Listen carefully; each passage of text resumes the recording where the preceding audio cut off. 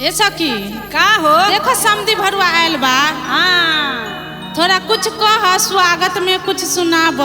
सुनावा ना।